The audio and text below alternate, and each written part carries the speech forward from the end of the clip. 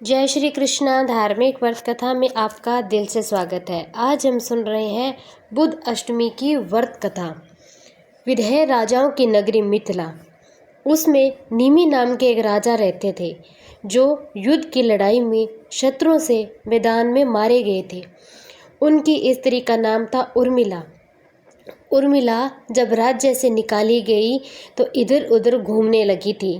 तब अपने बालक और कन्या को लेकर वह अवनीत देश चली गई थी। वहाँ एक ब्राह्मण के घर में कार्य कर अपना निर्वाह करने लगी थी। वह विपत्ति से पीड़ित थी। गेहूँ पीसते समय वह थोड़े से गेहूँ चुरा कर रख लेती थी। उससे क्षुधा से पीड़ित अपने बच्चों का पालन करती थी। कुछ समय बाद उर्मिला का भी निधन हो गया था। उर्मिला का पुत्र बड़ा हो गया था। वह अवनीत से मिथिला आया और पिता के राज्य को पुण्य प्राप्त कर शासन करने लगा था। उसकी बहन श्यामला विवाह योग्य हो गई थी। वह अत्यंत ही रूपवती थी। अवनीत देश के राजा धर्मराज ने उसके उत्तम रूप की चर्चा सुनकर उसे अपनी रानी बना लिया था। एक दिन धर्मराज ने अपनी प्रिया श्यामला से कहा, वेदहीन नंदिनी, तुम और सभी कामों को तो करना, परंतु ये 7 स्थानों जिसमें ताले बंद है, इनमें तुम कभी मत जाना।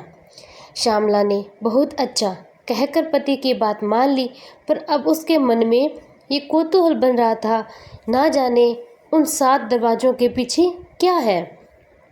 अब एक दिन जब धर्मराज अपनी किसी कार्य में व्यस्त हो गए थे, तब श्यामला ने एक मकान का ताला खोलकर वहां देखा तो उसकी माता उर्मिला को अति भयंकर यमदूत बांधकर तेल के कड़ाहा में बार बार डाल रहे थे। अब लज्जित होकर श्यामला ने वह कमरा बंद कर दिया। फिर क्या था, फिर उसके मन में ख्याल आया कि अब दूसरे कमरे में क्या होगा। फिर दूसरा कमरा खोला तो देखा कि वहाँ उसकी माता को यमदूत शीला के ऊपर रखकर पीस रहे थे और माता चिल्ला रही थी। इसी प्रकार तीसरा कमरा भी खोला, देखा कि यमदूत उसकी माता के मस्तक में किल्ली ठोक रहा था। इसी तरह उसने चौथे फिर दरवाज़ा खोला, भयंकर श्रावण उसका भक्षण कर रहे थे। फिर 5वें लोहे के संदक से उसे पीड़ित कर रहे थे। छठे में कोल्हू के बीच ईख के समान पेरी जा रहे थे। 7वें को खोलकर देखा तो वहाँ उसकी माता को हजारों कृमि भक्षण कर रहे थे और वह रुद्र से आदि से लथपथ हो रही थी। यह देखकर श्यामला ने विचार किया कि मेरी माता ने ऐसा कौन सा पाप कर दिया जिससे वह इस दुर्गति को प्राप्त हुई। अब वह यह सोचने लगी और सारा वृत्तांत अपने पति धर्मराज को उसने बताया। धर्मराज बोले, प्रिय, मैंने इसीलिए कहा था कि ये 7 ताले कभी मत खोलना, नहीं तो तुम्हें पश्चाताप होगा। तुम्हारी माता ने संतान के स्नेह से ब्राह्मण के खेत में गेहूं चुराया था। क्या तुम इस बात को नहीं जानती? तुम इस बात को मुझसे पूछ रही हो? यह बस उसी कर्म का फल है। ब्राह्मण का धन स्नेह से भी भक्षण करे तो 7 कुल अधोगति को प्राप्त होते हैं और चुरा कर खाए। जब तक सूर्य और चंद्रमा और तारे हैं तब तक नरक के द्वार नहीं होता। जो गेहूं इसने चुराए थे वह कृमि बनकर इसका भक्षण कर रहे हैं।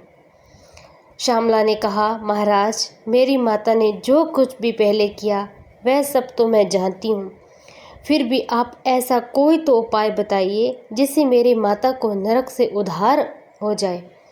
इस पर धर्मराज ने कुछ विचार कर कहा, कहने लगे, प्रिय, आज से 7 जन्म पूर्व ब्राह्मणी थी। उस समय तुमने अपनी सखियों के साथ में बुध अष्टमी का व्रत किया था। यदि उसका फल तुम संकल्प पूर्वक अपनी माता को दे दो तो इस संकट से तुम्हारी माता को मुक्ति मिल जाएगी। यह सुनते ही श्यामला ने स्नान कर अपने व्रत का पुण्य फल संकल्प पूर्वक माता के लिए दान कर दिया और व्रत के फल के प्रभाव से उसकी माता भी उसी क्षण दिव्य देह धारण कर विमान में बैठकर अपने पति सहित स्वर्गलोक में चली गई थी। बुध ग्रह के समीप हो गई। यह व्रत अपनी संतान को अपनी माता के लिए रखना